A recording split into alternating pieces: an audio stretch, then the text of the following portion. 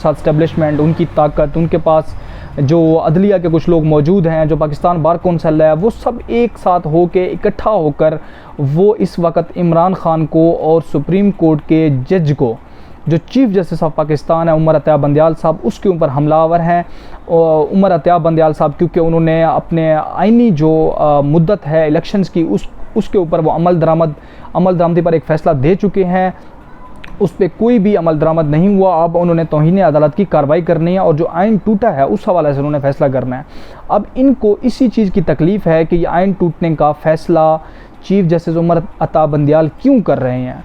दोस्तों, मैं इसकी आपको थोड़ी सी इसकी पस मंज़र के हवाले से बताता हूँ, क्योंकि चीफ़ जस्टिस साहब हक पर आइन और अदलिया के साथ ठहरे हैं, क्योंकि वो सुप्रीम कोर्ट के चीफ़ जस्टिस हैं।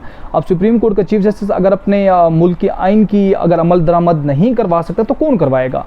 अभी जो है ना, यहाँ पे 90 दिन में इलेक्शन होने थे, इन्होंने इलेक्शन नहीं करवाया, उन्होंने फिर भी 14 दिन का डिले दिया, 14 दिन के बाद फिर भी इलेक्शन नहीं हुए।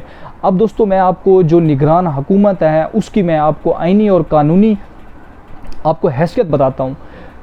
निगरान हुकूमत पंजाब में, केपी में इस टाइम जो बैठे हैं, उनकी जो मुद्दत थी वो सिर्फ 90 दिन थी। उनका जो काम होता है वो सेटअप आके हुकूमत की जो मशीनरी है उसको चलाए ताकि आवाम को परेशानी ना हो, वो एक पुरअमन और जो है ना एक इंडिपेंडेंट इलेक्शन करवा के साइड पे हो जाए। उनका जो टेनोर आइन में दिया हुआ है, हमारे आइन में, कॉन्स्टिट्यूशन में जो उनका आइन है वो 90 दिन से ज़्यादा नहीं है। उन्होंने 90 दिन गुजर चुके हैं, केपी के भी और पंजाब के भी। अब आप ही इस चीज़ का फ़ैसला करें, जिस गवर्नमेंट के 90 दिन निगरान हुकूमत के, निगरान सेटअप के मुकम्मल हो चुके हैं, वो किस तरह एक पूरे मुल्क पर या सूबे पर कब्ज़ा करके बैठ सकते हैं। चीफ़ जस्टिस साहब इस चीज़ को भी देख रहे हैं और उन्होंने ये बात भी की है।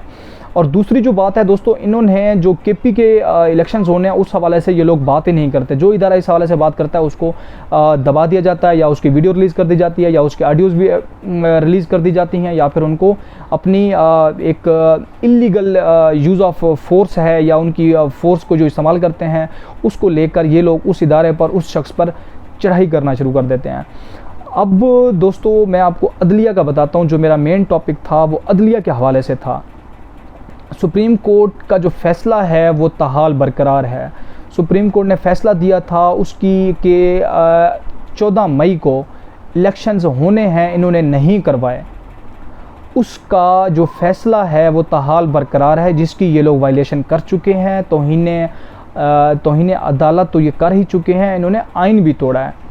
अब उस हवाले से जो फ़ैसला होना है उसकी मज़ीद जो चीज़ें रहती हैं उस चीज़ को कवर अप करने के लिए इन्होंने सुप्रीम कोर्ट के चीफ़ जस्टिस को इंतहाई ज़ोर में लाने की कोशिश की, मुख्तलिफ़ तरीक़ों से, सास के तरीक़ों से, बच्चों के तरीक़ों से, बीवी को थ्रेट्स में डाल के, ऑडियोज़ लीक करके, वीडियोज़ लीक करके काफ़ी कुछ इन्होंने तूफ़ान बरपा किया। और ये मैं आपको लिख के दे देता हूँ, ये जो प्रोड्यूसर, डायरेक्टर जितने भी बैठे हैं, ये सब कुछ करवाने वाली इस वक्त जो सबको नज़र आ रही है वो मरियम नवाज़ है।